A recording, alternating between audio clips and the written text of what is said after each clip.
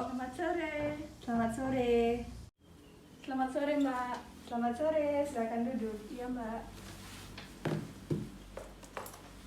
Baik, sebelumnya perkenalkan nama saya Dewa Ayu Intan Dewati selaku ahli gizi di instalasi gizi ini. Kalau boleh tahu nama Mbak siapa ya? Nama saya Preti Librayani, Mbak.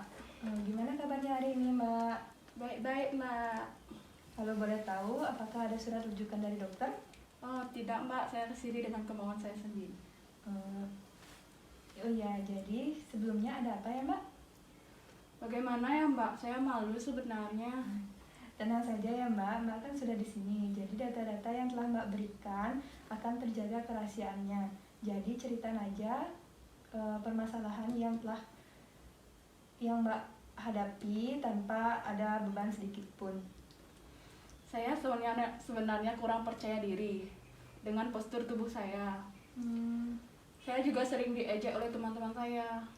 Oh ya, kalau boleh tahu biasanya aktivitas Mbak sehari-hari itu apa ya? Sekarang kan saya kuliah online. Ya. Jadi kerjaan saya habis kuliah makan tidur berbaring. Dan saya jarang olahraga. Oh gitu. Sebelumnya apakah sudah pernah ukur berat badan dan tinggi badan? Kalau ngukur tinggi badan udah. Kalau ngukur berat badannya belum, lupa saya. Oh, kalau boleh tahu tinggi badannya berapa ya Mbak? 155, Mbak. Oh ya. Mari kita ukur berat badannya dulu ya Mbak ya.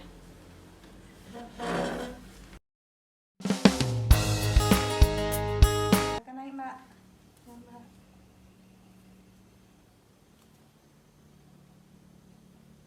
Ya, silakan turun. Baik, silakan duduk kembali Mbak. Ya, Mbak.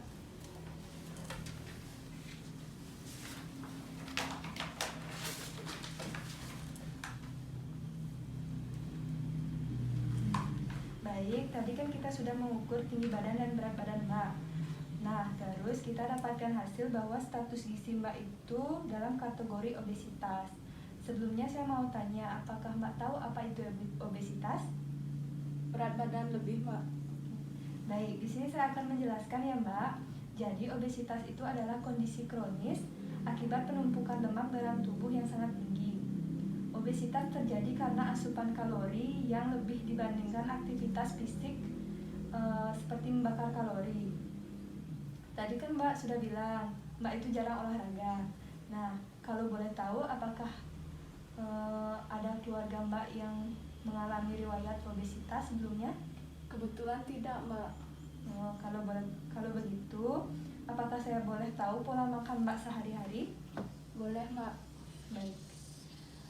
Mbak, kalau di rumah paling suka mengonsumsi apa? Daging ayam, Mbak. Dalam seminggu Mbak biasanya mengonsumsi daging ayam itu berapa kali? Sekitar 3-4 kali, Mbak, dalam seminggu. Kalau nasi Mbak biasanya Mbak makan satu piring penuh apa setengah piring? Satu piring penuh, Mbak. Biasanya kalau Mbak makan apakah berisi sayuran atau enggak? Kadang-kadang isi, Mbak, kadang-kadang tidak juga, Mbak. Oh ya. Kalau makan sayur apa yang paling Mbak suka biasanya? Kol, wortel, daun singkong. Oh. Sehabis makan, Mbak biasanya minum air putih atau es teh atau teh hangat atau apa yang lainnya gitu? Air putih, Mbak. Oh, Mbak suka mengonsumsi air putih ya. Kalau buah Mbak, apakah Mbak makan buah? Jarang, Mbak. Oh, ya. Baik, selanjutnya saya ingin menanyakan kebiasaan makan Mbak dari pagi sampai malam untuk hari kemarin ya Mbak. Baik, Mbak. Baik, kalau begitu kemarin paginya Mbak mengonsumsi apa? Nasi, Telur, sama tempe, Mbak. sama tempe. Setelah makan Mbak kemarin minum apa? Air putih, Mbak. Air putih. Setelah sarapan Mbak apakah ada nyemil sesuatu atau enggak? Ada. Kemarin saya buat teh hangat sama pisang goreng, Mbak. Teh hangat sama pisang goreng. Baik, untuk makan siangnya Mak mengonsumsi apa saja? Saya makan nasi, lauknya ayam pelecing kangkung, Mbak. Sehabis makan saya minum air putih. Oh ya. Dari siang ke malam kan ada rentang waktu. Pada rentang waktu tersebut apakah Mbak ada nyemil sesuatu? Ada, Mbak. Saya kemarin beli rujak buah, Mbak. Oh, rujak buah. Untuk makan malamnya Mbak mengonsumsi apa? Untuk malamnya kemarin saya makan nasi goreng, Mbak, isi telur ceplok. Nasi goreng, setelah.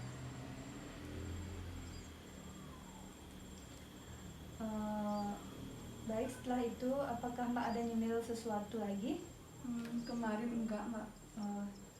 Baik, kalau begitu saya ulangi sekali lagi ya, Mbak. Paginya Mbak mengonsumsi telur, nasi, telur, sama tempe. Ya. Untuk nasinya Mbak mengonsumsi berapa centong? Nasinya 2,5 centong rice cooker, Mbak. Nasi 2,5 centong rice cooker.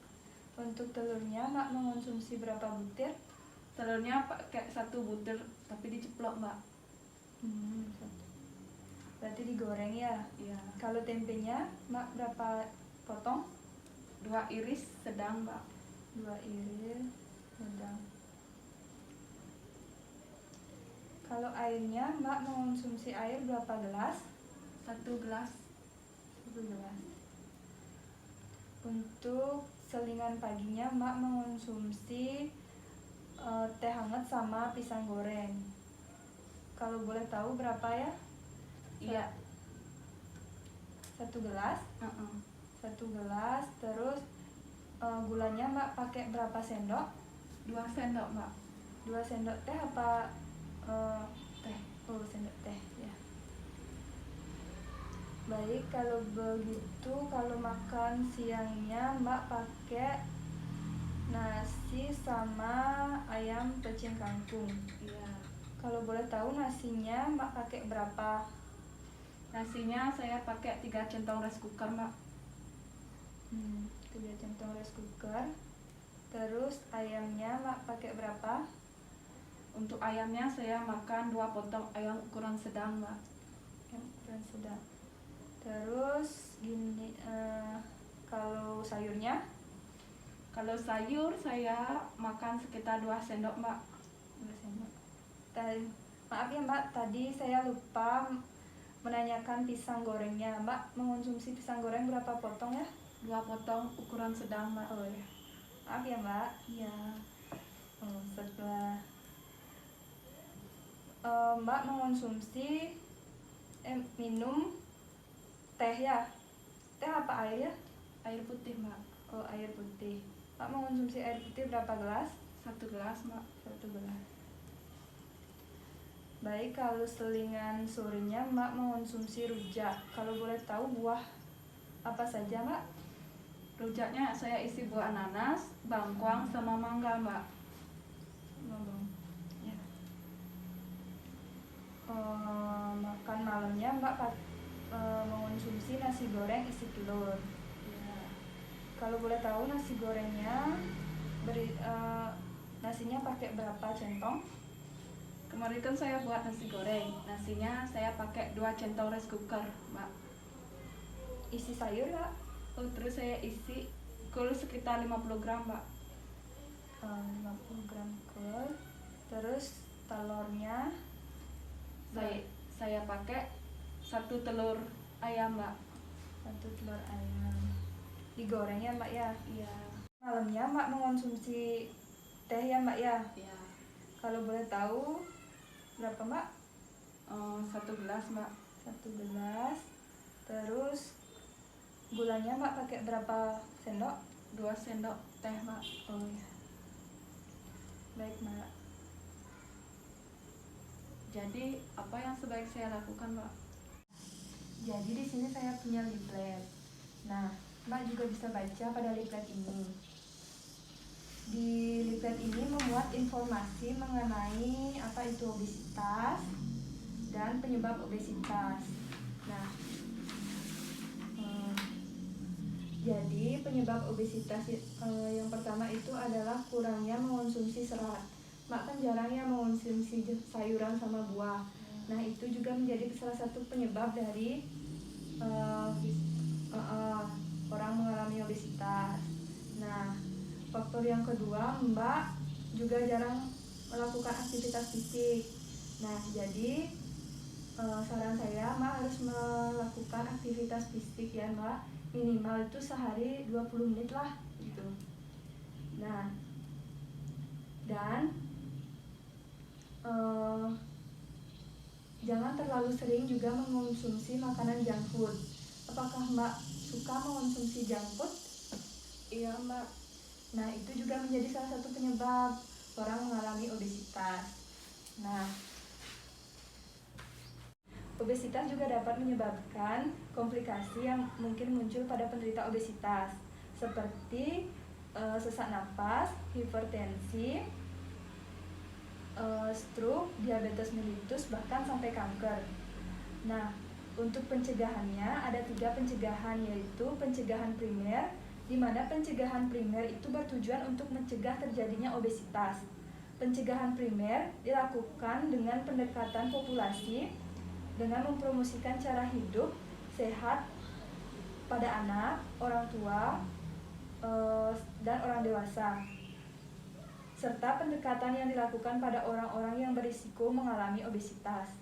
Usaha pencegahan ini dilakukan mulai dari lingkungan keluarga, lingkungan sekolah, dan pusat kesehatan masyarakat.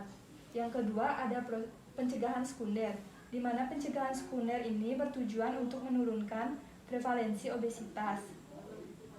Pencegahan sekunder ini biasanya dikenal dengan tata laksana obesitas serta dampaknya. Prinsip ini dari tata laksana obesitas pada anak berbeda dengan orang dewasa, karena harus mempertimbangkan faktor tumbuh kembang anak. Caranya dengan pengaturan diet, bukan mengurangi asupan makan, tetapi mengatur asupan makan yang sehat. Yang ketiga ada pencegahan tersier, di mana pencegahan ini bertujuan untuk mengurangi dampak obesitas. Pencegahan tersier sama dengan pencegahan sekunder. Caranya dengan mengatur diet, bukan mengurangi asupan makan, tetapi mengatur komposisi makan menjadi menu yang sehat, serta peningkatan aktivitas fisik, misalnya dengan membatasi menonton televisi atau bermain game, dengan mengubah pola hidup menjadi pola hidup sehat. Lalu makanan apa yang sebaiknya saya makan, Mbak? Nah, jadi di sini kita akan membuat kesepakatan untuk Mbak biar bisa mengurangi mengonsumsi junk food, itu ya Mbak. Apakah Mbak sanggup? Iya Mbak. Jadi kira-kira makanan apa yang seenggaknya itu nggak bisa Mbak lepas gitu? Gorengan, junk food, dan makanan yang manis-manis. Oh, jadi misalnya kita mengurangi mengonsumsi junk food, apakah Mbak sanggup makan junk food cuma sekitar 2 minggu sekali? Bisa Mbak. Jadi ingat ya Mbak mengonsumsi junk food hanya 2 minggu sekali. Nah, terus kalau gorengan, apakah Mbak sanggup kalau sehari itu nggak mengonsumsi gorengan? Misalnya seminggu itu paling banyak 2 kali lah dalam seminggu itu. Apakah Mbak sanggup? Sanggup Mbak. Sekarang saya mau tanya, apakah Mbak suka begadang atau enggak? Suka Mbak. Jadi selain kita menyepakati pola makan, kita juga harus menyepakati untuk Mbak tidurnya jangan terlalu malam, dan Mbak juga jangan terlalu stres ya Mbak ya. Iya Mbak. Mbak juga harus rutin melakukan aktivitas fisik minimal 20 menit sehari. Apakah Mbak sudah jelas? Udah Mbak. Nah, jadi sekarang coba Mbak mengulangi kesepakatan kita tadi yang telah kita buat bersama-sama. Mengonsumsi junk food hanya boleh 2 minggu sekali. Untuk gorengan seminggu sekali dan paling maksimal 2 kali seminggu. Ya. Tidur yang cukup dan juga jangan stres. Rajin melakukan aktivitas seperti olahraga minimal 20 menit. Baik Mbak, jadi Mbak sudah paham ya. Jadi konseling hari ini sudah cukup sampai di sini. Untuk lebih jelasnya Mbak juga bisa membaca leaflet ini di rumah. Dan pada leaflet ini juga sudah tertera contoh menu makanan sehari. Jadi Mbak bisa juga membuat menu ini di rumah dengan kreasi Mbak sendiri. Bisa ya Mbak? Bisa Mbak. Baik, kalau begitu saya pamit dulu ya Mbak. Terima kasih. Terima kasih. Hati-hati di jalan ya Mbak. Ya, ini Mbak. Ya.